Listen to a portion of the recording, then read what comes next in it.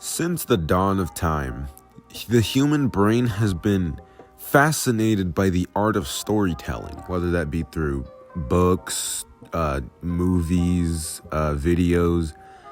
You're just in awe by how these stories can make you feel. Like, for example, we were all galloping with glee when that bum-behind kid from Final Destination 2 got freaking Tom and Jerry'd. And yes, I did say we because I don't know a single person that was actually mad or sad when that person died. But anyways, back on topic. The art of storytelling can make us feel a range of emotions and is why we like it. And one of the most powerful emotions that we have as human beings is fear. And fear can make us do a range of stupid things like trip or lock the doors on ourselves. Which is probably why most of the characters in horror movies freaking die in the weirdest ways possible. Like that dude from one of the Friday the 13th movies where he got crushed into the bed and was like folded in half like an omelet. But the basic setup for a horror movie is usually it's a dude trying to kill you. You and your group of friends are like trying to survive. There's conflict amongst the friends. And then one of the survivors are telling the story at the end. Or it could be like the Blair Witch Project where everyone dies in the end. But who cares? It's still a horror movie. And thus, with that being said, we all have imagined ourselves in these situations and how we would easily survive them, right? So I'm here to be honest with you guys, to see if this 190-pound 14-year-old can square up against these horror movie villains. 9 times out of 10, I'm probably going to get my behind handed to me, but hey, I'm responsible for this video, so I can choose who I fare up against. So that's what I'm going to do. And I'm going to have an easy through, I'm not making it out thing going on.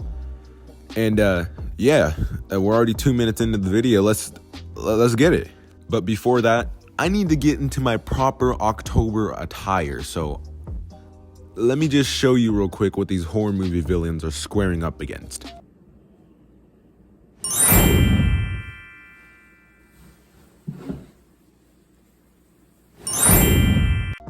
Yes, that is correct. I'm the legendary bounty hunter, Boba Fett. I'm not gonna be, face cam the entire time, but I thought it'd be something cool and different for a change, especially since I want to show off this cool helmet. This costume was $80, so if I don't get a compliment on it this year, I am just gonna take my schizophrenia pills and send them to the Shadow Realm. But yeah, without further ado, let's get it started. Starting off with the Predator.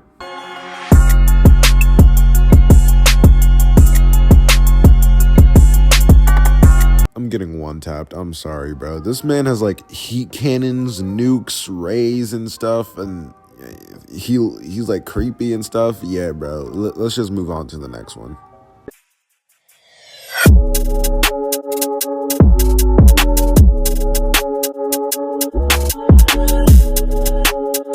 Now, Jason Voorhees, I'm gonna rate him a extreme diff because not because of, the fact that he's like 6'9" and weighs almost like 3 billion pounds. It's cause, let's say I pull up in a Looney Tunes trap and I crush him with an anvil or something like that. I don't know, something silly. And then, I'll be all hillbilly Mary and stuff, and walking my way downtown, walking fast, something with a high ground, and then he'll just appear out of nowhere like nothing happened, and he'll hack my head off.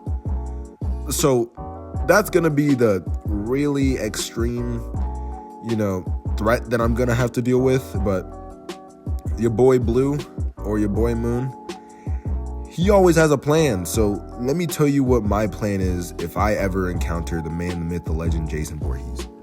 Step number 1, have as many friends as possible so when he attacks me, I have meat shields everywhere I go. Look, and I know that sounds like a bad thing to say, but no one likes me anyways. So, if y'all are just gonna hate, then I'm gonna just use this to my advantage. I'm not gonna have a relationship with you. It's not like you're my mom or anything. So I'm just gonna kill everyone. No, I'm not gonna do it. Jason is gonna kill them, but they're gonna be my meat shield. So in the end, they're actually helping me, no matter if they're a hater or not. And if they're just a genuinely good person, I'm sorry, buddy. You're dying for a good cause, though. Second step. Hire, I was gonna say Jason Voorhees. Hire the Incredibles and Yujiro Hanma to be my personal bodyguards. I'm kind of going out like General Grievous, but you really expect me to fight this 6 foot, 7 foot athlete of a man by myself? He could probably lift me up and take a bite out of me.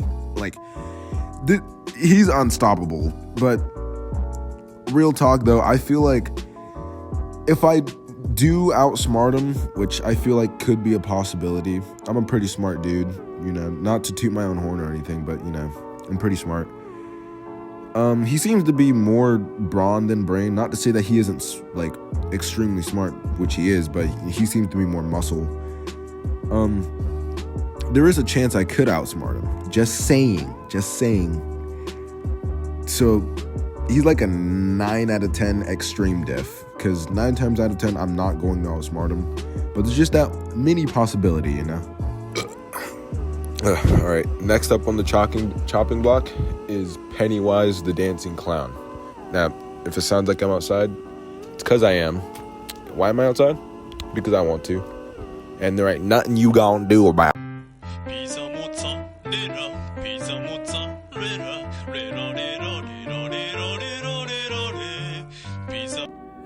Alright, this part of the video is going to be face cam. I am wearing a different shirt because it's literally been like a whole week now since I recorded the last part of the video.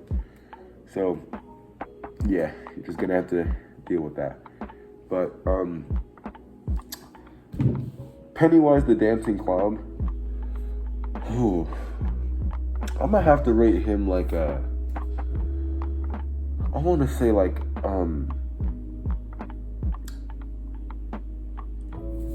he's a mix between extreme. No, he's hard. He's hard diff. He's hard difficulty. The only reason why is because if you don't know the rules for Pennywise, he's only like harmful to you if you're scared of him. So let's say he catches me by surprise or something, like that.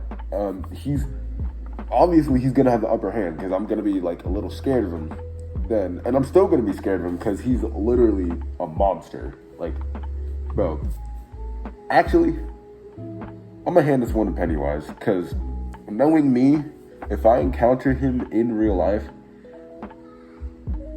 I'm gonna start crying because editor, put this clip of Pennywise up on the screen. You see that? You just watch natural selection happen. So Pennywise is gonna get me because I would be scared, like really scared of him. So unfortunately, I'm gonna have to hand this one to Pennywise unless I, find some way to not be scared of him. So yeah, this goes to Pennywise. I'm sorry to say it, but it does. Well, you heard it here, first, folks. Pennywise gets the dub on this one. The only reason I can see myself winning is if I'm just not scared, and that's just not happening. And if I sound sick, it's because I am. I got a cold. But, yeah, let's move on to the zombies from Resident Evil.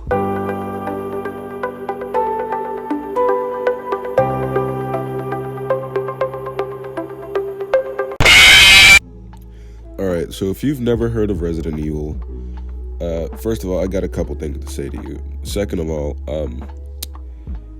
we're gonna be only talking about the RE2 and 3 versions of Resident Evil as what I'm going up against. Basically, Umbrella Corporation, big medical corporation, was doing some they shouldn't have been doing, and zombie outbreak, G virus, T virus, G, Mr. X, and a whole bunch of monsters, whole bunch of scary monsters and stuff. These zombies, they're not your typical action movie zombies. These zombies can full on take shotgun shells to the head and still come back up, which is why they're so scary. And not to mention all the mutant freaks out there, like the mutant crocodile, the lickers, the zombie dogs, William Birkin. Oh yeah, I hate fighting him in the games. And then Mr. X, Nemesis, bro, all of those guys, and the shark dudes from Resident Evil 3, yeah, that's the Resident Evil I'm talking about. No, I know I said that this video was going to be about horror movie villains that I could beat, but I just thought that this was going to be a more creative idea to tackle, because there are so many ways, that you could die or survive Resident Evil.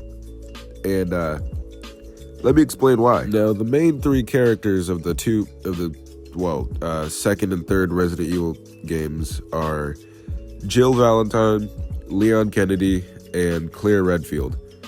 Those guys, I don't know how they made it out. Leon shouldn't have survived. Jill, maybe. Claire, I don't know about. She had like special training from her brother. He was like a secret agent stuff. It was literally Leon's first day on the job, and he was struggling. I don't know how he survived. But I don't know if you can tell, but I am no STARS agent. I am no Leon Kennedy, no Claire Redfield, or Jill Valentine. So how am I going to make it out of Raccoon City alive? Well, it's simple, really. Say I was put in Leon Kennedy's place. I'm arriving to the gas station and, for my gas, and I notice no one's not around. I'm going to go inside the gas station, the dude with the bit neck. I'm going to be like, yo, are you good? And then the second I see that zombie chew that officer's neck out, I'm going to book it out of the gas station. Nope, you already know my skin complexion.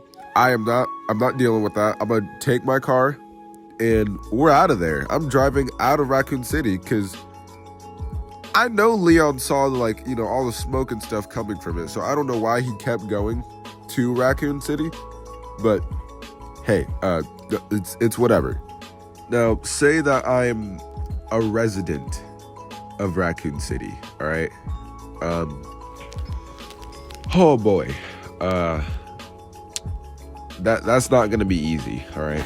See, because the problem with living in Raccoon City at the time of the outbreak is that everything is contaminated. All the water, everything in the sewers, and there's zombies everywhere. You also got Mr. X running around trying to kill everyone because Umbrella doesn't want all this to get out. Yeah, it ain't gonna be looking too good for me. In the fact that Marvin Branagh, Claire, Leon, Jill, Carlos, and that other dude were some of the only people surviving in Raccoon City. That's what, 40 people if you want to include the train of people at the beginning of RE3. Oh boy. Yeah, I don't think it's gonna be too good for me. See, but what I have that these main characters don't is common knowledge. So when they first announced that this outbreak is happening, I'm just gonna leave before it gets worse, because that way, I'll just be out of harm's way before anyone tries to bite my neck off. And yes, many people will have the same idea, so that's why I'm just gonna kill them. Yeah, that's right. You know that scene in World War Z where the dude was like plowing through all the stuff, the cars and stuff? Yeah, that's what it's gonna look like. I'm getting out of there one way or another. Or, instead of just risking lives, I'm just gonna walk out of there, which could be equally as dangerous because someone could just run up on me. But, oh, wait. Oh, but I just remembered that there are people blocking out the Raccoon City. Oh boy. All right, so I was really thinking about saying I should just join the zombies, but I'm really thinking that the goal is to not join the zombies and that I should get out of here with my life like Leon did. Oh, so what am I gonna do to get out of this situation? But there is hope for your boy though. If y'all don't recall, the ghost survivors, there's a scenario where you play as one of Chief Irons' victims that actually survived, and she makes it out with her love and lives happily ever after, I presume, in this scenario. So I'm gonna just do that. Now, I'm assuming that she walked away with some injuries because it's Raccoon City. So surviving this is probably like a mid-diff because she survived that, meaning I could probably survive it too. So she made it out with her love. I'm gonna make it out with my love, whoever that might be. RE2, mid-diff, yeah.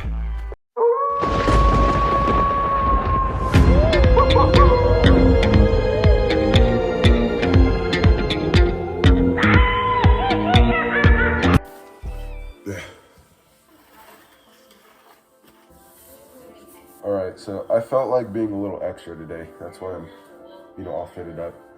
But, hold on, let me go turn young Sheldon off real quick. Alright, never mind. The Sheldon stays on. But, our next contestant is, Freddy Krueger.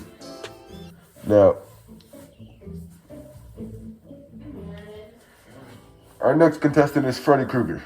Now, Freddy Krueger, much like the Smile Demon from Smile, I feel like he doesn't need an introduction, but I'm gonna give it anyways. You go to sleep, you have a nightmare about him, he kills you in the nightmare, then he tries to come and kill you in real life. I've never seen any of the Nightmare on Elm Street movies. That's just me though. I know, that's my bad. I really just wanted to do more research about this guy. So it's because I asked my mom for the suggestion. By the way, if anyone calls me Boba Fett in the future, know that I will kill you. Filming with this thing on is hard when you're sick.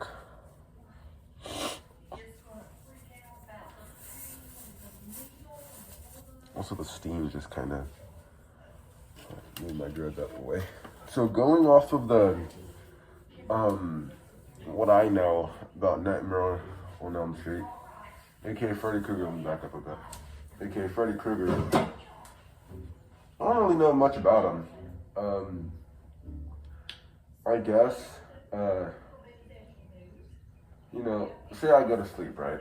I'm gonna go to sleep and I'm gonna have a nightmare about him. Ooh, scary, he killed me. Now he's trying to come after me in real life.